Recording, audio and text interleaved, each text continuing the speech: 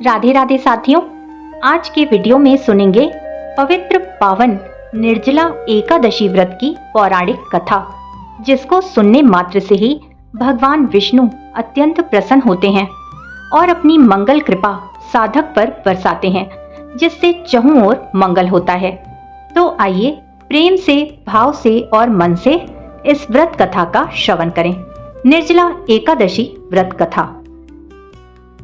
भीमसेन व्यास जी से कहने लगे, हे पितामह, भ्राता युधिष्ठिर, माता कुंती, द्रौपदी, अर्जुन, नकुल और सहदेव आदि सब एकादशी का व्रत करने को कहते हैं, परंतु महाराज, मैं उनसे कहता हूँ कि भाई, मैं भगवान की शक्ति पूजा आदि तो कर सकता हूँ, दान भी दे सकता हूँ, परंतु भोजन के बिना नहीं रह सकता। इस पर व्यास जी कहने लगे कि हे भीमसेन, यदि तुम नरक को बुरा और स्वर्ग को अच्छा समझते हो तो प्रति मास की दोनों एकादशियों को अन्न मत खाया करो।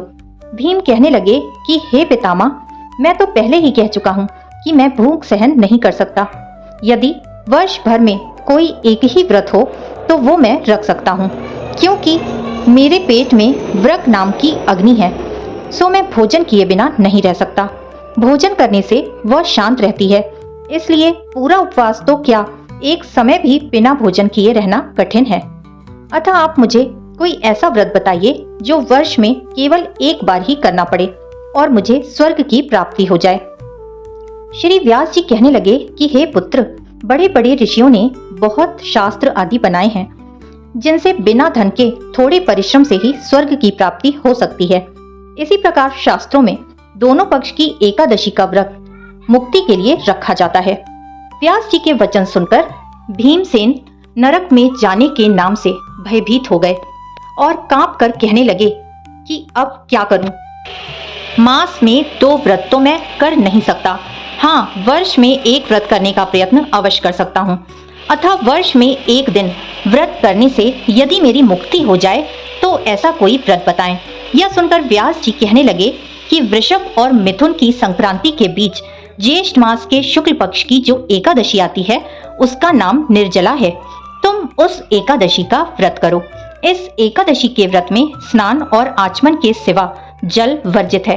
आचमन में 6 मासे से अधिक जल नहीं होना चाहिए, अन्यथा वह मद्यपान के सदृश हो जाता है। इस दिन भोजन नहीं करना चाहिए, क्योंकि भोजन करने से व्रत नष्ट हो जाता है। यदि एकादशी को सूर्योदय से लेकर द्वादशी के सूर्योदय तक जल ग्रहण ना करें तो उसे सारी एकादशियों के व्रत का फल प्राप्त होता है। द्वादशी को सूर्योदय से पहले उठकर स्नान आदि करके ब्राह्मणों का दान आदि देना चाहिए। इसके पश्चात भूखे और सत्पात्र ब्राह्मण को भोजन कराकर फिर आप भोजन कर लें। इसका फल पूरे 1 वर्ष की संपूर्ण एकादशियों के बराबर होता है। व्यास जी कहने लगे कि हे भीमसेन, यह मुझको स्वयं भगवान ने बताया है। इस एकादशी का पुण्य समस्त तीर्थों और दानों से अधिक है। केवल एक दिन मनुष्य निर्जल रहने से पापों से मुक्त हो जाता है।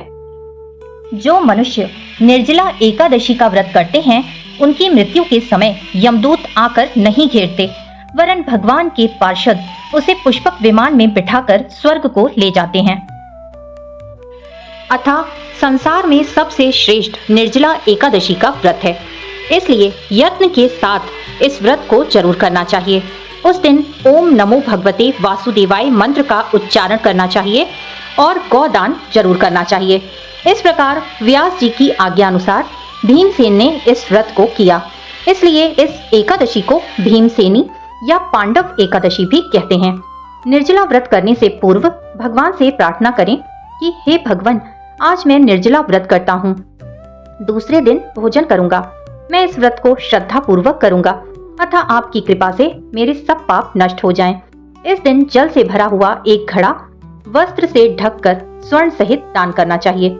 जो मनुष्य इस व्रत को करते हैं, उनको करोड़ पल सोने के दान का फल मिलता है, और जो इस दिन यज्ञ आदि करते हैं, उनका फल का तो वर्णन ही नहीं किया जा सकता। इस एकादशी के व्रत से मनुष्य विष्णु लोक को प्राप्त होता है। जो मनुष्य इस दिन अन्न खाते हैं, वे चांडाल के समान हैं। वे अंत में नरक में जाते हैं। जिसने निर्जला एकादशी का व्रत किया है, वो चाहे ब्रह्म हत्यारा हो, मद्यपान करता हो, चोरी की हो या गुरु के साथ द्वेष किया हो, मगर इस व्रत के प्रभाव से स्वर्ग को जाता है।